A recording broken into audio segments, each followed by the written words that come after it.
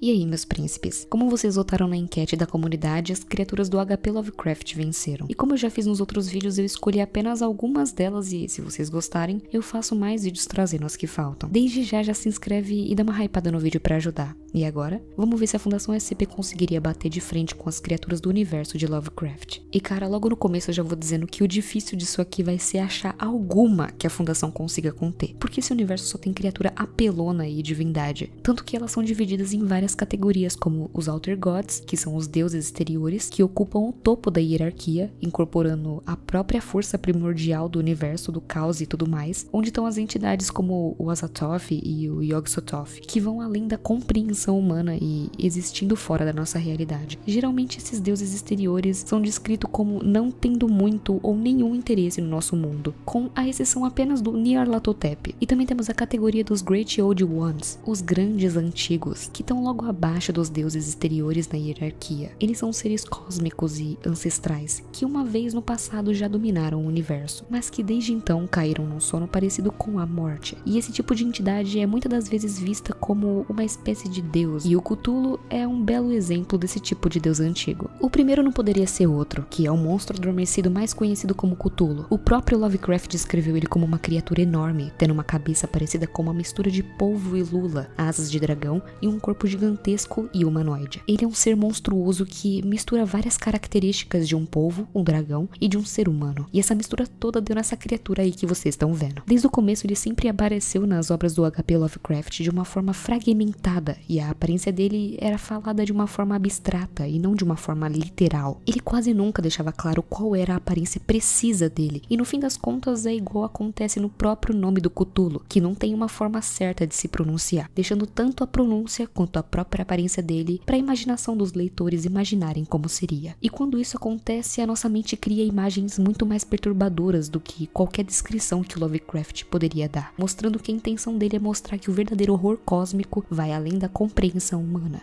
Como eu disse antes, o Cthulhu faz parte dos grandes antigos, uma entidade que já governou a Terra há muito tempo atrás e que hoje está numa espécie de sono profundo em alguma parte do Pacífico Sul, esperando o alinhamento cósmico perfeito das estrelas para poder despertar. E mesmo estando nesse sono profundo, a influência mental que ele causa ainda assim é muito poderosa, conseguindo invadir os sonhos das pessoas e influenciando de uma forma bem sutil para que eles criem cultos para ele mesmo em todo o mundo, com os cultos dedicados para anunciar o dia que ele vai ressurgir. Esses cultos não adoram o Cthulhu como se ele fosse uma criatura boa, mas sim mostrando o quão grandioso ele é, sendo uma força cósmica primordial e mostrando como nós somos insignificantes perante a ele e que devemos entender e buscar esse conhecimento proibido. Além disso, ele é uma divindade imortal e com um poder gigante, que está além da compreensão humana, além de ter poderes psíquicos, como eu disse antes, de telepatia e incentivar seus próprios cultos. Apenas olhar para ele pode levar uma pessoa a uma insanidade que não vai poder se curada nunca. Porém, ele não é considerado nem de longe o ser mais poderoso das criaturas do Lovecraft. Muitos outros estão acima dele, e alguns eu ainda vou falar no vídeo. Mesmo que por si só ele seja muito perigoso pra gente, no universo do Lovecraft ele é visto como uma entidade muito limitada e até bem fraca comparada com os outros, podendo agir apenas em condições cósmicas específicas, como por exemplo, quando as estrelas estão certas. O próximo é chamado de Yog-Sothoth, o guardião dos portais do espaço-tempo. Essa entidade acabou acasalando com outra poderosa chamada Shub-Niggurath, que por sua vez teve duas divindades gêmeas chamadas Nug e Yeb. Nug por sua vez deu à luz ao Cthulhu, e se a gente seguir essa linhagem maluca, a gente percebe que Yog-Sothoth deu origem tanto ao Cthulhu quanto ao Hastur. Isso mostra bem por cima como esses seres poderosos estão ligados de alguma forma desde o começo, e o Yog-Sothoth é quase sempre dito como várias esferas brilhantes juntas, sendo uma divindade onisciente,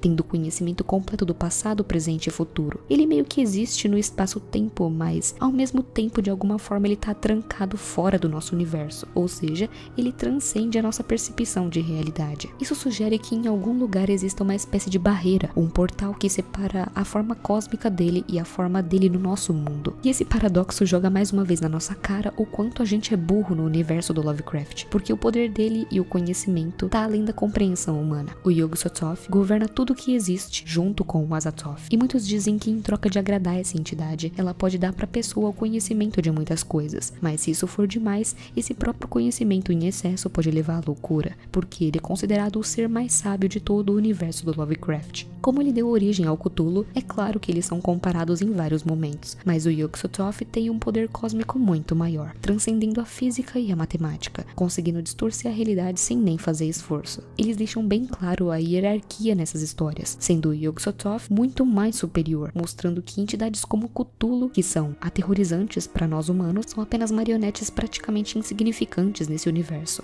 A próxima divindade é o Nyarlathotep, o caos rastejante, e ele se destaca bastante entre as outras divindades. Enquanto o Yog-Sothoth e o Hastur estão vivendo fora do nosso universo e o Cthulhu em sono profundo, o Nyarlathotep é bem ativo, para falar a verdade. Ele costuma ficar vagando pela Terra, interagindo diretamente com a gente, e é conhecido como o Deus das Mil Formas, ou o caos rastejante, podendo ter uma aparência diferente toda vez que aparece, podendo variar de alienígena para até humano. Ele se aproveita da crueldade e manipulação, juntando os seguidores para atingir os seus objetivos sombrios. Ele é diferente entre os deuses exteriores, porque ele não causa a loucura como um efeito colateral, por a pessoa ter feito alguma coisa para merecer isso. Ele causa a loucura porque ele gosta disso. E ao contrário das outras entidades, ele costuma falar na língua dos humanos, e por isso ele pode ser confundido com o Nyarlathotep serve como mensageiro, o coração e a alma dos deuses exteriores, e fazendo a vontade deles. Ele é um servo direto do Azathoth, que é o seu pai, cumprindo sempre os desejos dele, tendo o papel principal de causar discórdia em todos os cosmos. Ele aparece em sonhos, atraindo vítimas para uma falsa sensação de segurança, antes de finalmente mostrar sua verdadeira forma grotesca. E mesmo que ele sirva ao Azathoth, ele secretamente não gosta de ser submisso dessa forma, e ele tem um desejo secreto de conspirar contra ele e derrubar sua própria criação, tomando o poder para si. Ele é muito poderoso, tendo o poder de escala cósmica. Ele consegue atravessar os cosmos e teleportar qualquer coisa até o Azathoth, tendo também o poder de envolver o mundo em escuridão, causar uma destruição de espaço supremo e levar milhares de pessoas, ou bilhões, à loucura. Ele tem o conhecimento das verdades e futuro que os humanos nunca seriam capazes de entender. E por fim, mas não menos importante, temos o Tsathoggua, o sapo morcego preguiçoso, que o próprio H.P. Lovecraft disse que ele é o filho da divindade Yeb, a irmã gêmea da divindade Nug, que gerou o Cthulhu. E ele é um dos deuses antigos, uma criatura achatada e barriguda, com uma cabeça mais parecida com um sapo do que uma divindade. O melhor jeito de descrever ele é que ele é a personificação da preguiça. Ele passa a maior parte do tempo dormindo e prefere que os seus sacrifícios humanos sejam entregues diretamente na sua boca, porque ele não faz nenhum esforço de levantar os braços para comer. E ele não vai levantar do seu trono nem mesmo que esteja morrendo de fome. E ao contrário da sua linhagem, que é literalmente um monte de divindade maligna, pai, mãe, primo maligno, ele é considerado uma divindade até que bem de boa, digamos assim, dando uma pitada de humor para esse universo cheio de criatura do mal. Ele tem vários servos que ele chama de filhos amorfos, que são entidades muito difíceis de serem mortas e que podem assumir qualquer forma que eles quiserem. Eles atacam pisando, mordendo ou esmagando, e tem um ataque ácido que pode dissolver a carne dos humanos quando defendem o templo do seu mestre, além de ter vários outros tipos de servos humanoides. O que mais o Tsathoggua tem é lacaio, e não é pra menos. Ele é preguiçoso até pra comer, além de ser a criatura considerada menos terrível dos deuses antigos. Além de ter o poder da regeneração, até o impacto psicológico dele é muito menor até mesmo do que o do Cthulhu. Ele tem o poder de causar preguiça nas pessoas, diminuindo a velocidade e energia delas, e pode mudar a sua forma do jeito que ele quiser, além de ter uma conexão com vários outros planetas, principalmente com Saturno. Agora a gente vai ver qual dessas divindades a Fundação conseguiria conter ou não. E claro que o Cthulhu vai ser o primeiro seguindo a lista, e provavelmente ele seria classificado como Keter, porque o objetivo principal da Fundação seria manter ele no seu estado de sono profundo, evitando que ele acordasse, e além da dificuldade da Fundação, ela gastaria muito recurso para conter a influência psíquica dele, mesmo que adormecido, e manter ele dormindo. Ele também poderia ser considerado da classe Archon se a Fundação escolhesse por manter ele dormindo ao invés de tentar capturar ele, e ele ganharia a classificação de Apollyon se ele tivesse prestes a despertar. A Fundação ficaria de olho a todo e qualquer tipo de culto relacionado ao Cthulhu, atacando eles para evitar que ele despertasse. A Fundação teria vantagem porque ele está adormecido no oceano aberto, onde nem a maioria dos marinheiros tem acesso, e lá mesmo eles fariam uma zona de quarentena naval e aérea com várias armas pesadas apontadas diretamente para onde ele está, em caso de emergência. E para diminuir a influência que ele tem de invadir os sonhos, a Fundação usaria amnésicos para que anulasse o poder dele. Como um exemplo, a substância que o SCP-3000 solta. Ela causa uma amnésia na pessoa, e isso seria de grande ajuda nesse caso.